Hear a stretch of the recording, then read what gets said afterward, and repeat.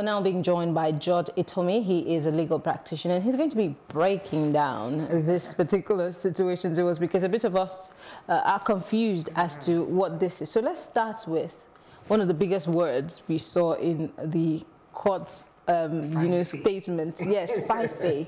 What exactly is 5A to the common man, to the simple person like me? The writ of 5A is the order you obtain, the steps you take to go and levy execution when you get a judgment. When a judgment is in your favor, you take out a writ of 5A to go and give effect to that judgment. I see. That is what enables you go into the debtor's premises, take whatever you can, sell, or as the case may be, to satisfy the debt. But before you get there, there must be things that led to all of this, and these are the disputes. Yes. So how did GT Bank get to this point? I mean, we know it's about 8-point-something billion naira, but how did it escalate to this point? Were there any mistakes made? Well, I'm sure you know there's no love lost between GT Bank and the Innoson Group.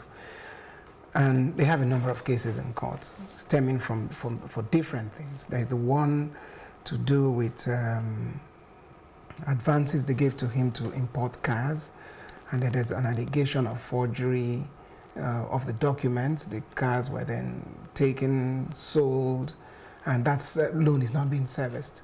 I think GT has escalated the problem to the EFCC, so that is that matter. Then Innoson shot back and to say you have overcharged us, and they allege that they've been down by like $500 million on fair charges, and also countersued for that. And those cases have been going back forth, and it's one of those cases that actually got to the Supreme Court. But this particular one is a judgment Innoson obtained against the Nigerian Customs Board, who are customers of GT. And what normally happens is, if you sue someone and you want to satisfy the debt, you can attach their account in as many banks. That's called a garnishee. So the garnishee is the bank. They hold the money. And the garnisher is whoever in whose favor that order has been given. I see. So that's how GTB This is how they got involved. They are not directly involved in this matter, but it's through customs. And when that happens, the bank is forced to join the case.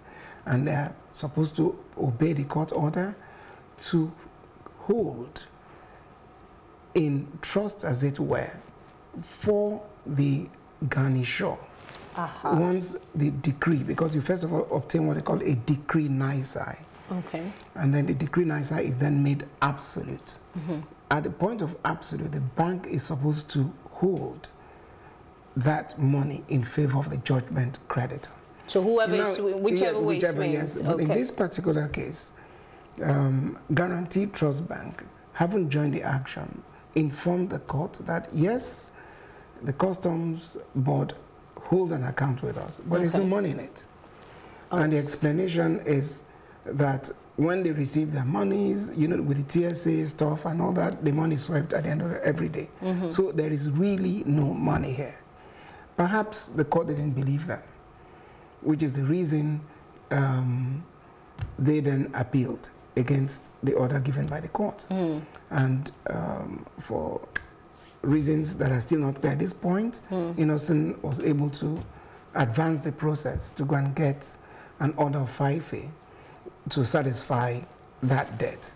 Now, let the point be made very clearly. It does not in any way threaten the bank. Absolutely. Because I was about to ask what the implication of this would be, because if his company is saying on social media, we're taking over GT Bank in Nnewi and another place, of course it would, for the people in Nnewi, not necessarily people in Lagos and other places who might understand this, but the people in Nnewi might be scared and want to go take out all their money. So, well, yes, I mean, but yes, I agree. And that's why people rush to the social media, because there's so much out there.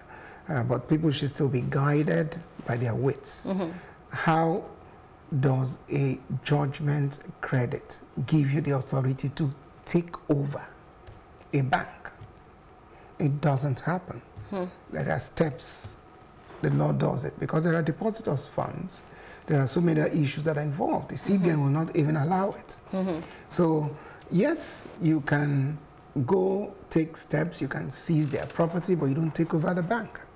You can seize their property, take it to the court to say, okay, I've been able to recover 10 cars, XYZ, blah, blah, blah. But you're not going to physically go into the bank to say, hey, I'm taking it over. So the 5A, no court will give that sort of order. 5A doesn't necessarily work in this case, because you're saying... No, a 5A could work, but not to take over the bank. We're talking about two different things. So the 5A could work, in other words, they could take physical material belongings of the bank. To the extent to which they are owed, if that 5A is correctly being executed.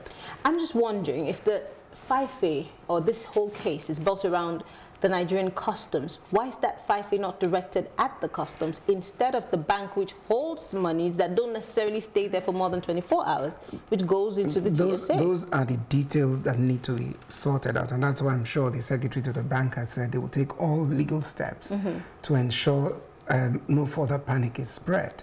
You are absolutely correct. It's not the bank that's primarily the target in this case, although given the bad blood between both organizations, this may be done to embarrass the bank. But the real target or the real object of this is the Nigerian Customs Board, and the bank is saying, yes, we hold their account, but there's no money in that account. Now, it's left for the court to believe them, and there are things to do to prove that the money was there.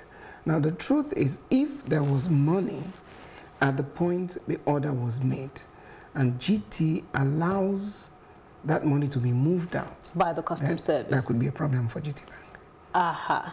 Because you must not take steps to frustrate the order of a court. So those are details which we are not privy to. Those are details that would come out once they join issues in court. Going forward, I mean, because we see banks being taken to court every other day for all kinds of issues. Sure.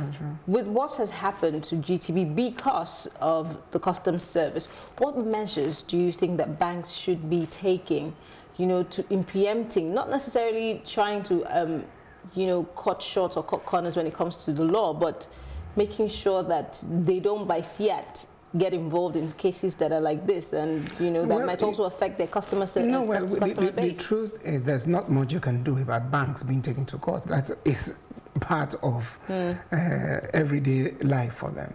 But I can tell you, most of them have safeguards, and this garnishing is one of the orders that are given that could create problems for the banks.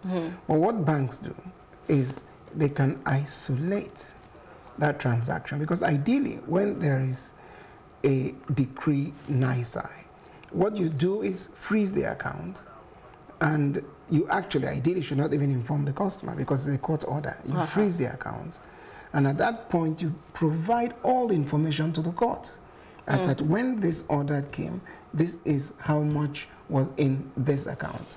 Because if you inform the customer and he takes away his money, then you'll be in contempt. So it means that I'm not very learned when it comes to law, but I know a few terms here and there.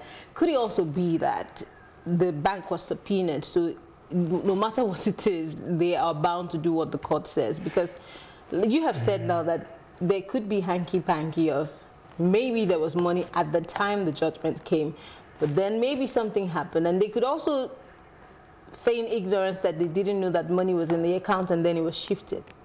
Well, all these are matters of fact, and those will be proved in court. But what you should bear in mind is that at the point a decree nisi is issued, the bank is supposed to freeze the account of that particular customer, provide information to the court about what is there.